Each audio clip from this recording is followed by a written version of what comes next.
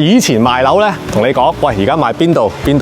而家唔係啦，而家開發商賣樓夠晒抌本啦，先動你做一個3進式歸家庭院出嚟先。哇！呢啲咁嘅庭院風格，中唔中意咧？泳池都幫你做好埋啊！嗱，而家啲新規住宅咧，真係好火。嗱，庭院都咁靚啦，啲屋又點會差？跟住我鏡頭上去睇樓。OK， 咁我哋而家就上到嚟啦。今日呢套房151平方，對標4代住宅，所以咧專梯專戶係佢嘅標誌。電梯出到嚟咧，嗱呢個空間咧大概都有6、7個方嘅，可以擺部單車啦，放啲鞋啦，係完全冇問題。而家咧跟住我鏡頭就俾你睇一睇。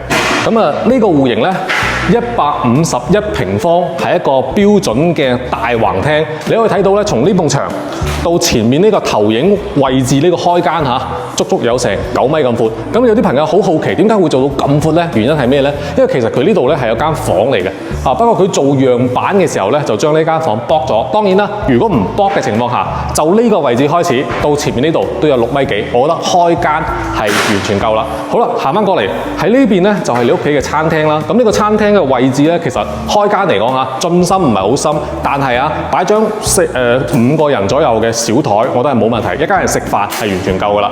從餐廳過翻嚟呢度有間房，呢間房咧就比較深啲，因為主陽台係朝南，所以呢間房就係朝北，就係望翻小區園林嘅。咁後邊咧都係另外一個小區啦，所以呢個位置咧就比較安靜嘅。我覺得作為長輩房可能會比較合適啦。好啦，從呢間房行翻出嚟，喺呢邊就你屋企嘅廚房，成個廚房嘅空間咧，我覺得係完全足夠噶啦，因為佢係介裝修交付嘅。你而家見到呢啲咧，全部都係交付嘅標準，3件套齊全嘅。望出嚟咧都係望翻我哋啱啱嗰間房嘅位置啦，望後邊嘅小區。仲有一點，呢個戶型比4代住宅做得好嘅就係呢個位置，佢係帶一個生活陽台嘅，我哋可以喺度擺部洗衣機啦，可以喺度晾曬衣物啦，雜物可以擺喺度，所以係充分利用咗成間屋嘅空間。OK， 我哋就行翻出嚟。行翻出嚟之後咧，我哋先嚟睇下呢邊有間房嘅，喺我哋入門口嘅呢個位置呢邊係有間房，佢係一個套間房嚟嘅。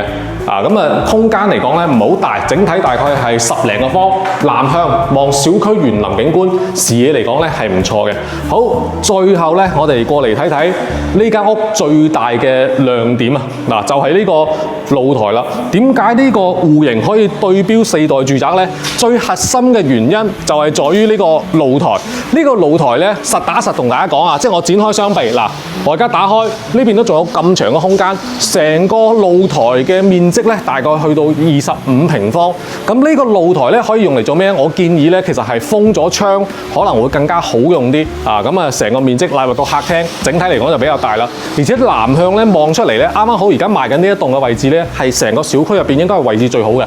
望住呢個泳池景，前方咧只要稍微樓層高啲，就唔會俾佢哋自己嘅啲小嘅疊墅遮擋啦。所以望出去嘅視野咧係非常開闊。呢個咧係呢個項目呢個單位最大嘅一個亮點。OK， 我哋而家行翻入嚟。啱啱我哋已經睇完2間房啦。呢邊咧就係公共衛生間。呢邊咧全部都係交付標準嚟嘅，呢啲全部交付標準。呢度仲有間細房添嘅。最後嚟睇下呢間主臥。主臥咧佢同而家好多嘅4代住宅係類似嘅，佢係雙面採光。呢邊係南面啦，咁呢邊就東面啦。當然因為會有2戶所以係對應嘅。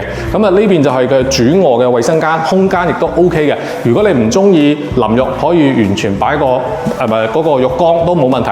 好啦，呢套中山大平層改善，要求要有配套完善嘅，同埋環境唔錯嘅，我覺得今日呢套房你應該中意。